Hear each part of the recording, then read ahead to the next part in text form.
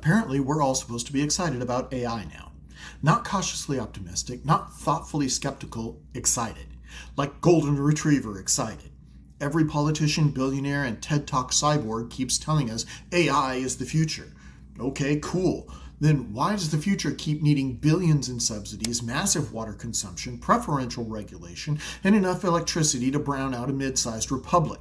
That's my question, because I'm old enough to remember when the free market meant businesses succeeding because customers voluntarily liked their products, not because governments threw tax incentives at them like drunk bridesmaids at a bouquet toss. And what's fascinating right now is that both political parties are running the exact same scam with different bumper stickers. Republicans hear AI data center and immediately start vibrating with economic development enthusiasm, jobs, growth, innovation, commerce. Democrats hear AI innovation hub and suddenly act like they're opening the rebel base on Yavin 4.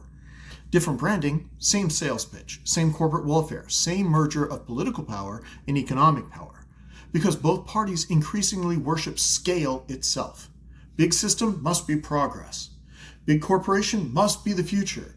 Big infrastructure project, get the ribbon-cutting scissors.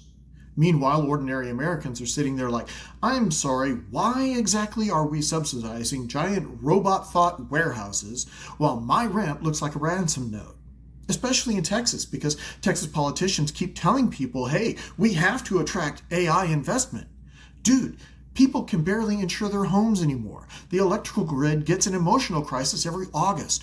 Water shortages are becoming normal conversation. And now the solution is apparently, what if we give a predictive text machine its own Hoover Dam?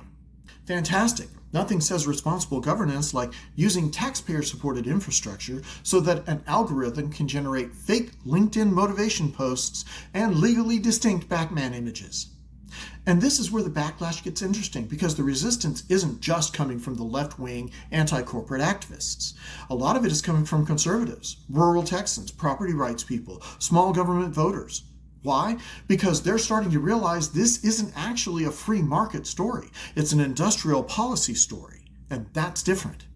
See, Americans were never asked if we wanted algorithmic labor replacement, AI-generated propaganda, facial recognition integration, synthetic media, automated surveillance, digital monopolies, or giant server complexes consuming large portions of the regional infrastructure. Nobody voted on any of that. There was no national debate, no constitutional conversation, no meaningful public consent. It just arrived, like an app update from hell. One day we're using the internet to argue about whether pineapple belongs on pizza, and suddenly we're being told unelected tech companies may fundamentally reorganize your local labor markets, your local education, media, creativity, communication, and human identity itself. And our role in this process appears to be, please click accept all cookies.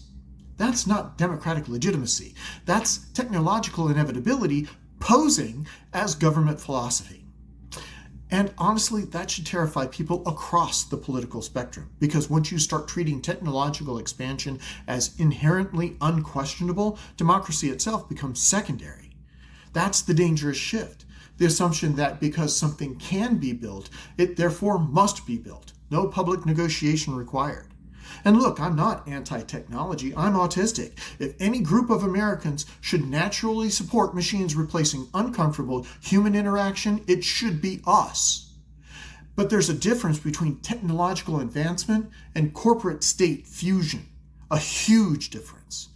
The Constitution was specifically designed around distrust of concentrated power. Not just government power, power in general.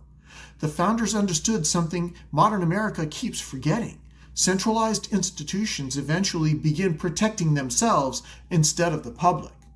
That applies whether the institution is government banking, defense contracting, big pharma, or Silicon Valley. Power consolidates, influence accumulates, regulators become dependent, and politicians become financially attached. And suddenly, public-private partnership becomes a polite term for you subsidize the risk, they privatize the profit. That's the pattern. And AI is accelerating that pattern at a breathtaking speed. Because AI infrastructure is not decentralized, it's massively centralized. A handful of corporations controlling computational power, information systems, labor automation, digital identity, and increasingly, reality itself. That's not a marketplace of ideas anymore. That's feudalism with Wi-Fi. And the weirdest part, both parties keep presenting skepticism toward this system as irrational. If you question it, you're either anti-science, anti-business, anti-progress, or afraid of the future. No, some of us are just old-fashioned enough to believe that civilization should occasionally ask permission before restructuring society around machine learning models trained on everybody's stolen data and eating enough electricity to light the eastern seaboard. That shouldn't be radical. That should be citizenship. Because this isn't a technology debate anymore. It's a constitutional debate. Who governs? Who benefits? Who pays? Who decides? And increasingly the answer seems to be massive corporations working hand in hand with political institutions, while ordinary citizens get treated like background NPCs in their economic development simulator.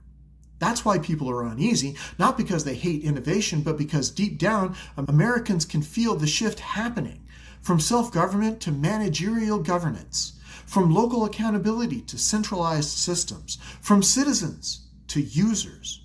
And nobody asked for that.